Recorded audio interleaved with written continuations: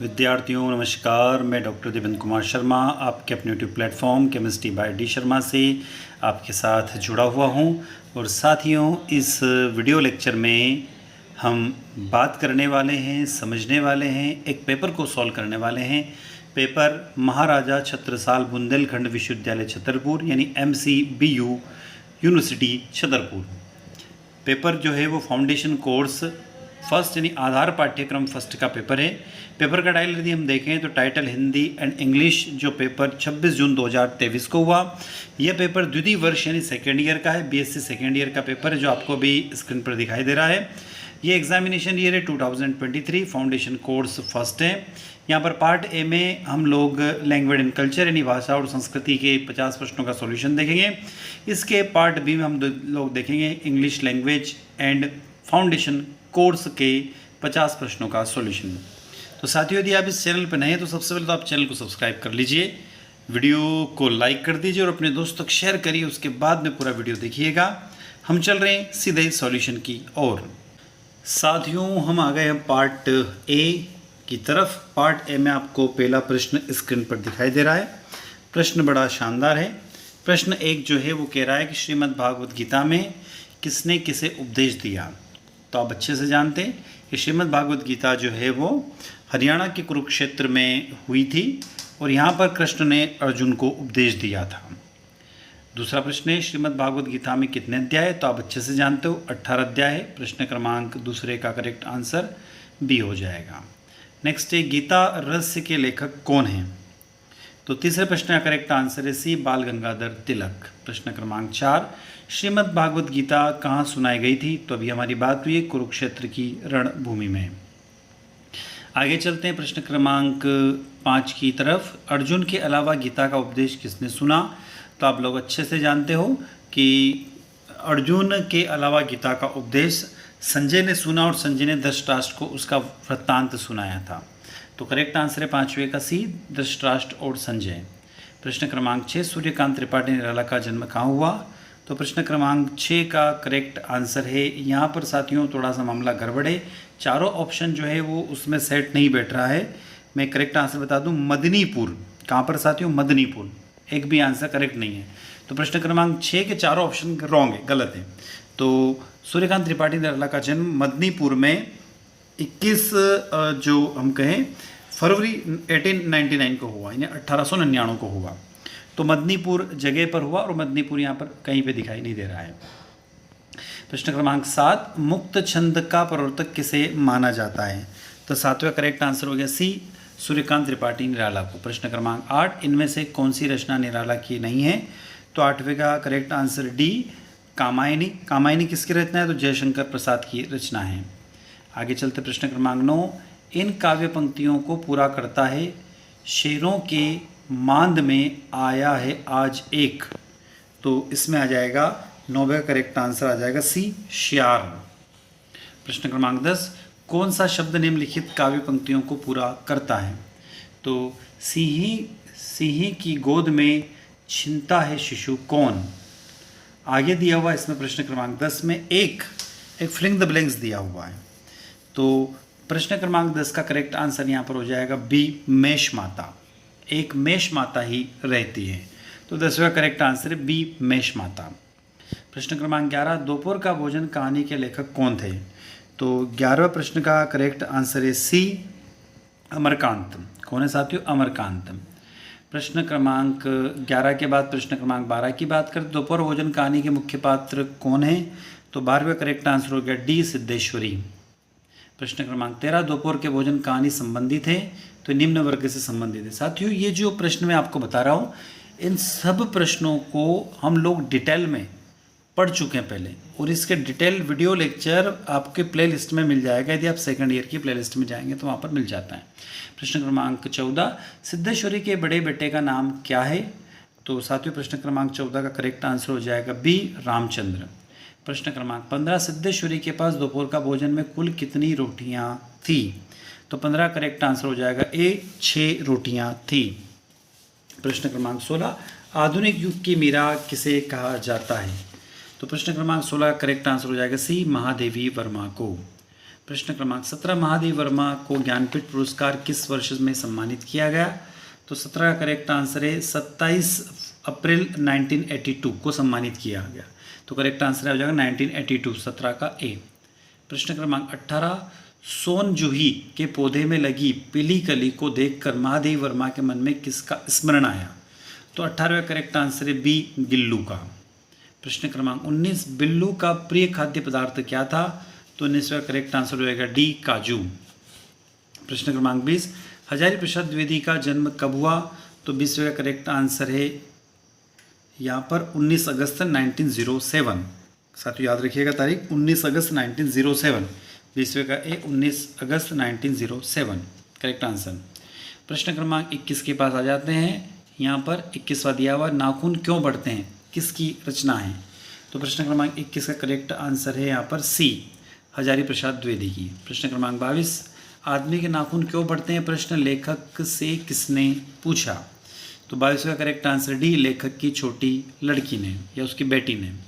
प्रश्न क्रमांक 23, मनुष्य में जो घृणा जो अनायास बिना सिखाए आ जाती वह किसका घोतक है?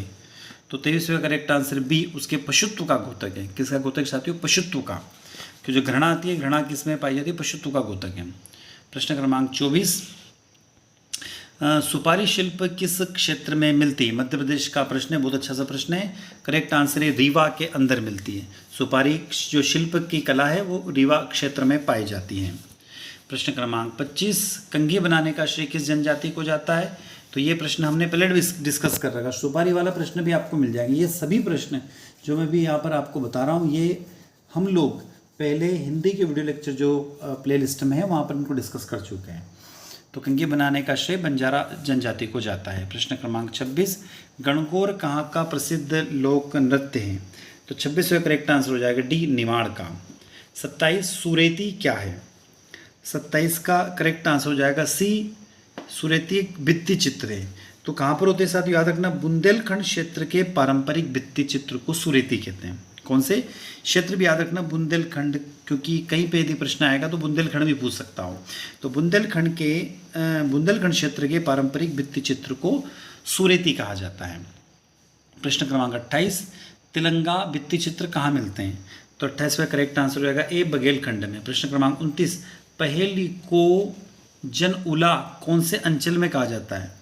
तो साथियों प्रश्न क्रमांक 29 का करेक्ट आंसर जनउला की बात करें तो यहाँ पर आपको बघेलखंड, मालवा, निमाड़ और बुंदेलखंड दिख रहा है। यदि छत्तीसगढ़ दिखता तो करेक्ट आंसर हमारा छत्तीसगढ़ एग्जैक्ट आंसर है। तो छत्तीसगढ़ नहीं दिया हो तो छत्तीसगढ़ किस इलाके में आता है मध्य प्रदेश के? तो साथियों आप लोग अच्छे से जानते हो मालवा अंचल में क्या आता है? तो मालवा में उज्जैन इंदौर वाला इलाका आता है। निमाड़ में आप जानते हो बघेलखंड, बुंदेलखंड वाला आता है। निमाड़ में आप जानते हो खंडवा खरगोन वाला इलाका आता है, बुरहानपुर, बड़वानी, ये जिला आते हैं। तो यहाँ पर जो बात हुई है प्रश्न क्रमांक हमारे 29 की बात हुई है, तो 29वां का करेक्ट आंसर हो जाएगा डी, बुंदेलखंड, क्योंकि बुंदेलखंड का कुछ इलाका छत्तीसगढ़ के अंदर भी आता है। तो यहाँ पर ये जो प्रश्न है हमारा प्रश्न क्रमांक 29 जो है वो जनउला, तो जनउला का करेक्ट आंसर है बुंदेलखंड। प्रश्न क्रमांक 30, अटकन चटकन, इली मिली, दो बाले आई, बच्चों के नाटक कहाँ मिलते हैं? तो साथियों इसका करेक्ट आंसर हमें कहीं भी नहीं मिला। यदि आपको मिलता है तो आप कमेंट बॉक्स में कमेंट करके जरूर बताइएगा। प्रश्न क्रमांक 31, हरदोला की कथा कहाँ पर लोकप्रिय है? तो 31वां करेक्ट आंसर है सी, बुंदेलखंड में। प्रश्न क्रमांक 33, निमाड़ में लावनी गीत किसके द्वारा गाए जाते हैं? तो 32वें का करेक्ट आंसर हो जाएगा यहाँ पर बी। हाँ 32वां करेक्ट आंसर हो जाएगा साथियों बी, स्त्रियों के द्वारा। किसके द्वारा? स्त्रियों के द्वारा। और क्या खास बात है? 9 गज लंबी साड़ी पहनकर ये गीत गाए जाते हैं। 32वें का बी याद रखिएगा। प्रश्न क्रमांक 33, बुंदेली लोक कवि इसरू किस लिए प्रसिद्ध है? प्रश्न क्रमांक 33 की बात हो रही है। तो करेक्ट आंसर डी, फाग रचना के लिए। प्रश्न क्रमांक 34, ऊंट के मुंह में जीरा का अर्थ क्या है? तो बहुत कम मात्रा। प्रश्न क्रमांक 35, आटे दाल का भाव मालूम होना का अर्थ क्या है? सांसारिक कष्टों का अनुभव होना। 35वें का एक करेक्ट आंसर। 36वां, मुहावरों के बारे में इनमें से क्या सही है? तो प्रश्न क्रमांक 36वें का करेक्ट आंसर हो जाएगा डी, क्रियातार्थक नहीं होते हैं।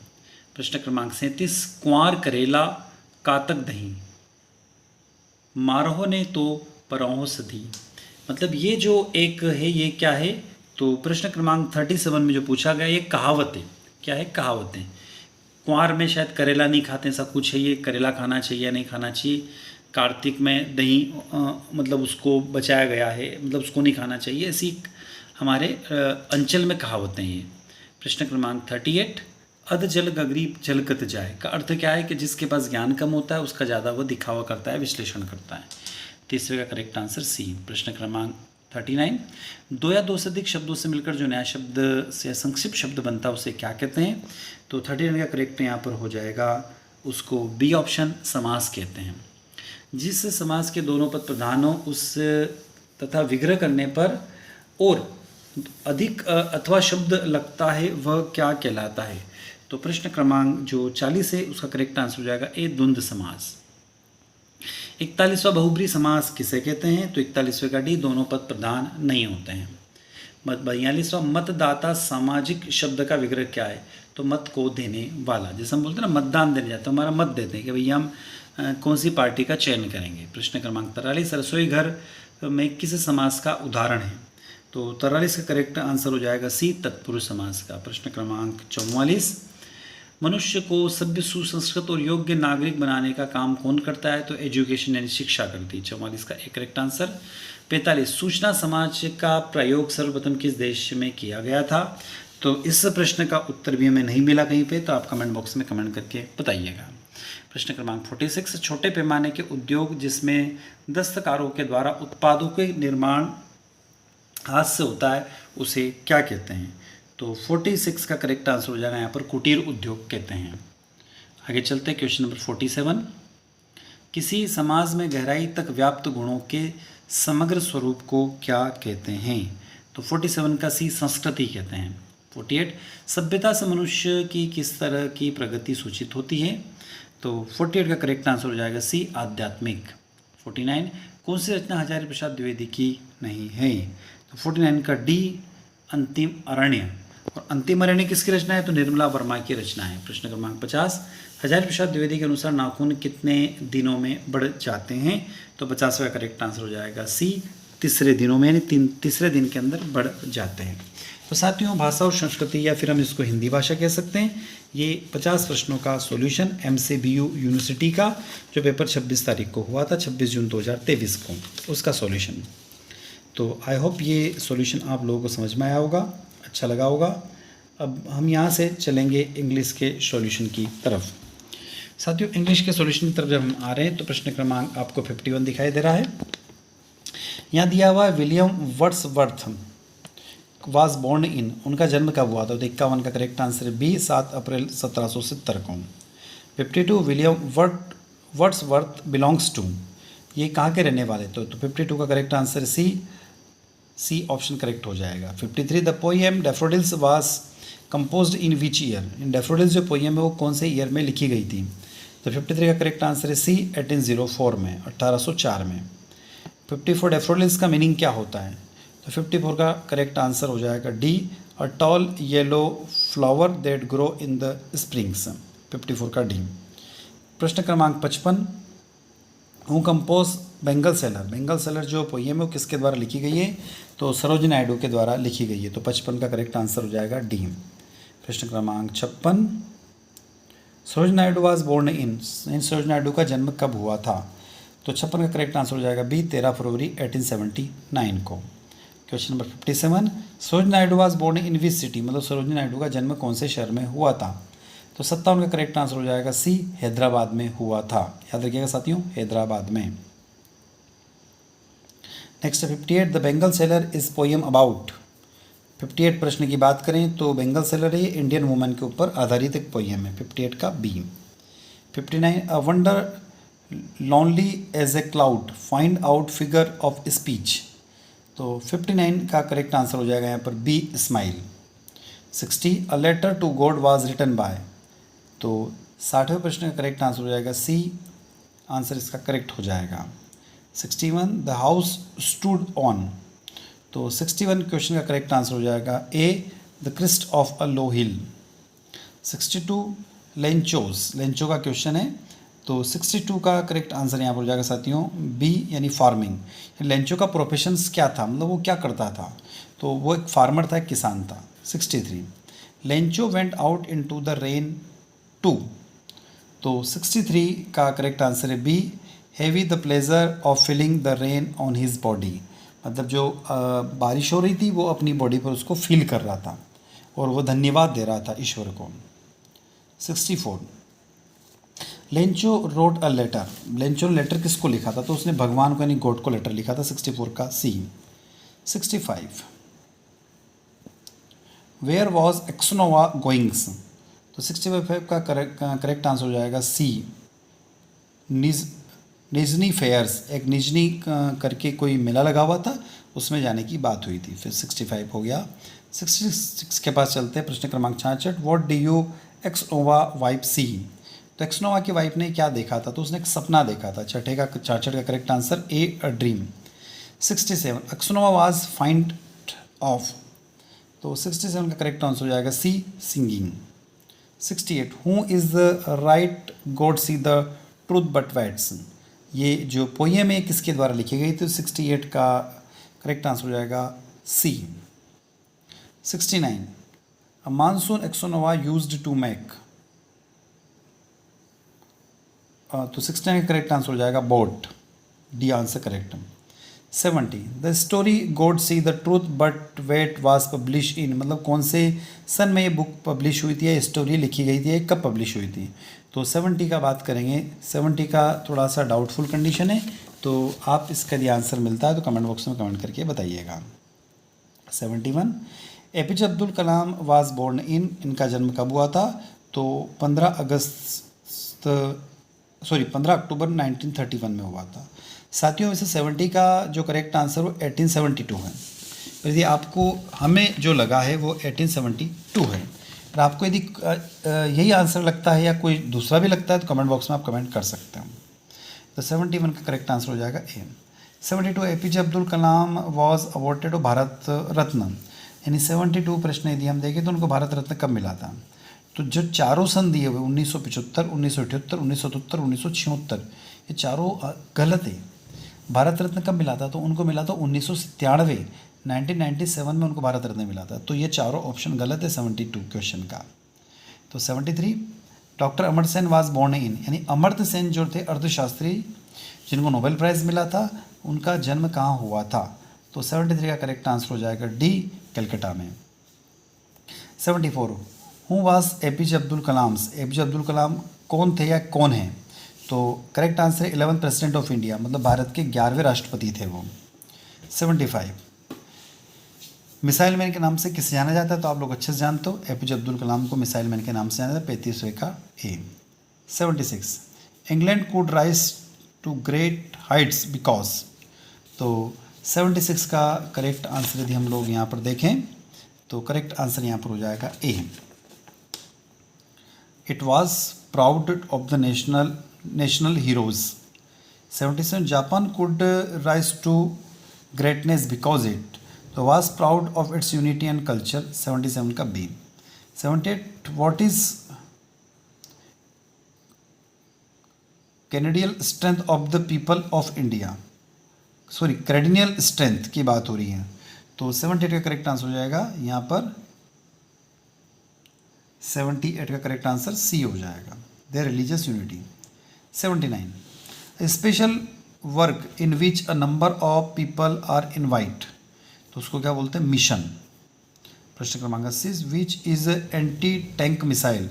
एंटी टैंक मिसाइल कौन सी इन चारों में से, तो नागा या नाग। अब एक पैसेज दिया हुआ है, फुटबॉल के ऊपर एक पैसेज दिया हुआ है, इसके हम डायरेक्ट आंसर की तरफ चल रहे हैं। आप इस पैसेज को पढ़ लीजिएगा। Which is the popular European and South Americas countries. तो 81 का करेक्ट आंसर डी फुटबॉल। 82 की बात करते हैं तो each team consist of how many player. तो कितने प्लेयर होते हैं फुटबॉल में, 11।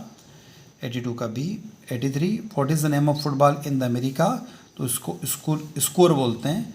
83 का D. 84 what is meaning of the विलियर। तो 84 का करेक्ट आंसर हो जाएगा बी ट्रस्ट। प्रश्न क्रमांक 85 what is benefit of player of football? To improve of stamina and relieve stress. 85 का करेक्ट आंसर हो जाएगा डी, यानी ए और बी दोनों। प्रश्न क्रमांक 86, तो talk with a pinch of salt, तो इसका करेक्ट आंसर हो जाएगा 86 का डी, सॉरी बी, 86 का B. Do not take it too serious. 87 filling the blanks की बात हो रही है, तो 87 में आ जाएगा डी, एक्शन और एक्सपायर्ड। पूरा सेंटेंस पढ़ लीजिएगा, उसमें इन दोनों को फिट कर दीजिएगा। 88 करेक्ट द सेंटेंस की बात हुई है प्रश्न क्रमांक 88 में, तो 88 का करेक्ट आंसर हो जाएगा B, Sachin Tendulkar is the best cricketer in India. 88 अब यहाँ पर बात हुई है indirect speech yesterday is change to.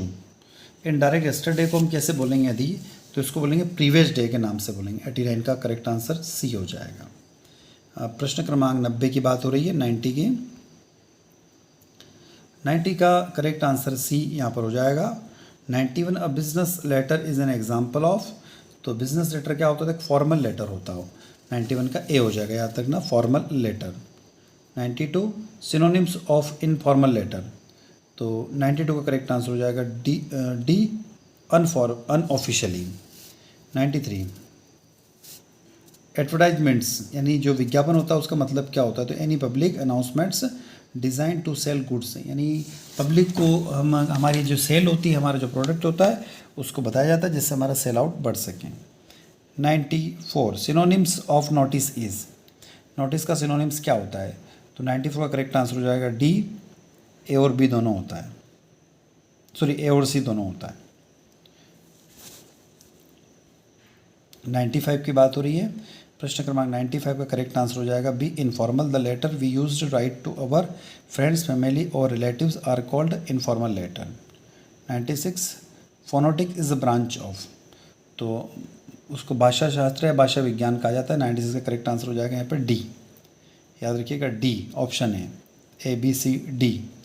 97 phonetics means, तो 97 का करेक्ट आंसर भी जाएगा एक्सपर्ट ऑफ ए फोनेटिक्स में, तो 97 का भी डी करेक्ट आंसर है। 98 who is the none of the father of phonetics, तो 98 का करेक्ट आंसर हो जाएगा ए, डेनियल जोन्स। वैसे ए और बी दोनों सेम ही हैं, पर ए बी बोल सकते, बी भी बोल सकते, दोनों के उसने सेम स्पेलिंग जो प्रिंट करी है, पर दोनों में डिफरेंस है। तो यहाँ पर 98 का ए ऑप्शन करेक्ट है, याद रखिएगा 98 का A. 99 how many vowels are English, क्योंकि दोनों के स्पेलिंग में थोड़ा सा अंतर ध्यान रखिएगा, JONES और JOHN, ये है अंतर। 99 कितने वोवेल होते हैं? तो 5 AEIOU।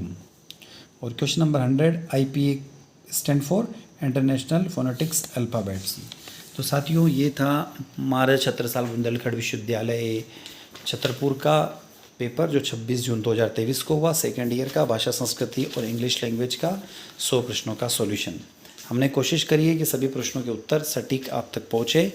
हो सकता है 100 में से लगभग 99% आंसर सही है, 1 या 2% कुछ मिस्टेक हो सकती है। तो यदि आपको ऐसा लगता है तो कमेंट बॉक्स में आप कमेंट करके बता सकते हैं। चैनल पर नए तो सब्सक्राइब अवश्य करें, ताकि हमें एक मोटिवेशन मिलता रहे और मैं इसी तरीके से आपके लिए नए नए वीडियो लेकर आते रहें। धन्यवाद साथियों।